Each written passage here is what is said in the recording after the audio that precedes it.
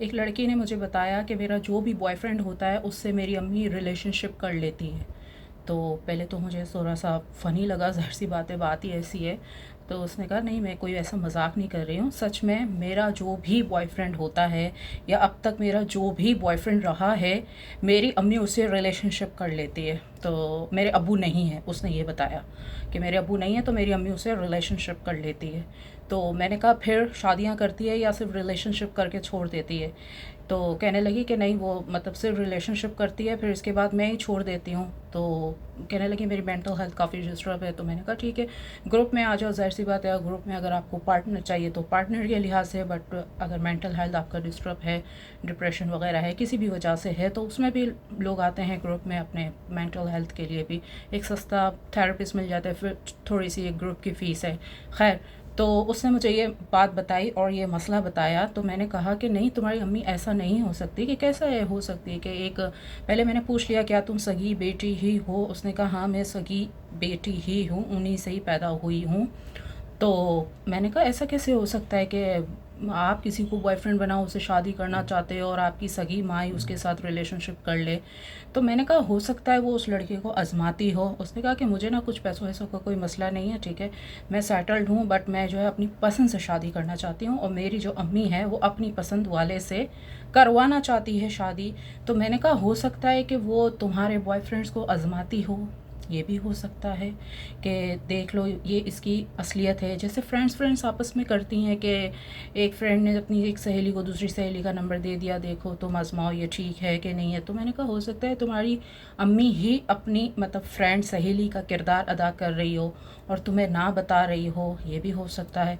क्योंकि मैंने कहा देखो ना, अगर कोई ऐसा कोई मतलब सीरियस रिलेशनशिप वगैरह या इस टाइप का कुछ भी होता, तो एक तो तुम्हारे पास पिक्चर्स वगैरह भी आती, ठीक है, जो होती हैं, कुछ लोग होते हैं ना जो टाइम पास रिलेशनशिप कैसे होते हैं, चीप टाइप के होते हैं।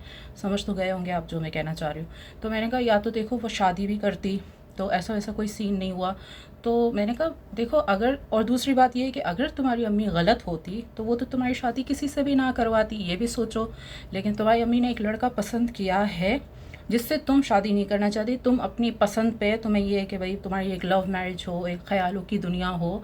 तो तुम्हारी अम्मी हो सकता है वो असलियत सामने रख रही हो उन लड़कों के साथ रिलेशनशिप करके, देखो ये अभी से ही फिसल रहा है, बहक रहा है, तो आगे इसके साथ तुम्हारा कोई फ्यूचर नहीं है। तो कहने लगी अच्छा ये भी हो सकता है। मैंने कहा हाँ, ये भी हो सकता है, एक माँ ही सबसे अच्छी सहेली होती है अपनी बेटी की। तो हो सकता है जो तुम्हारी अम्मी है वो तुम्हें बता नहीं रही हो, इस तरह से छुप के अब एक सहेली का कैरेक्टर प्ले कर रही हो।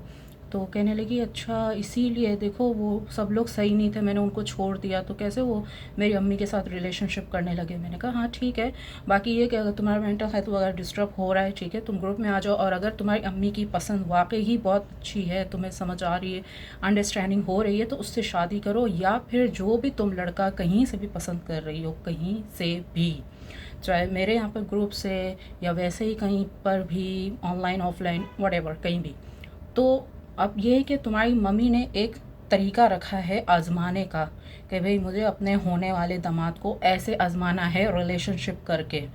तो उसका, तुम्हारी जो मम्मी का स्टाइल है वो तो वो रहेगा, आगे तुम जितने भी बॉयफ्रेंड पसंद करोगी शादी के लिए, शादी के लिहाज से, तो उन सब के साथ तुम्हारी अम्मी रिलेशनशिप करेगी, जो मेरा अंदाज़ा है। क्योंकि तुम्हारी अम्मी ने अपने माइंड में ये चीज़ बिठा ली है कि मैं अपनी बेटी की सहेली हूँ, पहले मैं आजमाऊँगी, मतलब देखूँगी कि वाकई ये सही है कि नहीं है, मेरी तरफ अट्रैक्ट नहीं होता है, देन वो तुम्हारे हवाले करेगी, मेरा मतलब तुमसे शादी करवाएगी। और अगर इस दौरान अगर कोई भी तुम्हें अगर अपनी ज़िंदगी का एक सही बॉयफ्रेंड नहीं मिल रहा, क्योंकि ज़ाहिर सी बात है आजकल रिलेशनशिप और बॉयफ्रेंड का ट्रेंड है, तो अगर तुम्हें ज़िंदगी में कोई भी सही लड़का नहीं मिल रहा जो तुम्हारी अम्मी पे ना पिसले, क्योंकि उसने बताया कि मेरी अम्मी यंग है, कोई वो बूढ़ी बूढ़ी नहीं है, मतलब ठीक है 40 तक है ना, 40 तक। तो जाहिर सी बात है, आपको तो पता है कि लड़के जो होते हैं वो फिर 40 भी मतलब एक यंग में ही आता है, कोई कोई 80 साल की तो वो है नहीं। तो मैंने कहा नहीं, तुम अपनी या तो मम्मी की चॉइस से कर लो या फिर अपनी चॉइस भी कहीं से भी लाती हो अंडरस्टैंडिंग करके। तो ये तुम्हारी अम्मी का ये मेथड है अपने होने वाले दामाद को पहचानने का।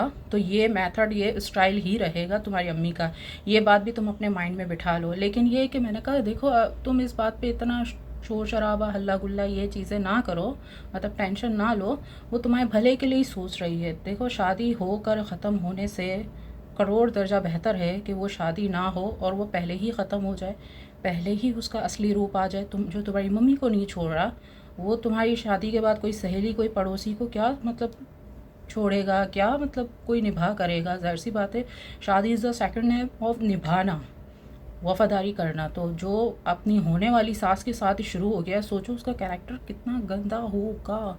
और ये कोई झूठी कहानी नहीं है, फिर आप लोग बाद में ये कहते हैं कि नहीं आप तो झूठी कहानियाँ, कोई मेरी झूठी कहानी नहीं होती। सब लोग मुझे सच्ची सच्ची बात बताते हैं सेशंस में। कोई मेरे ये होते हैं हेयर प्रोडक्ट वगैरह के कोई कस्टमर होते हैं, कोई काउंसलिंग के होते हैं, कोई क्या होते हैं, कोई क्या होते हैं।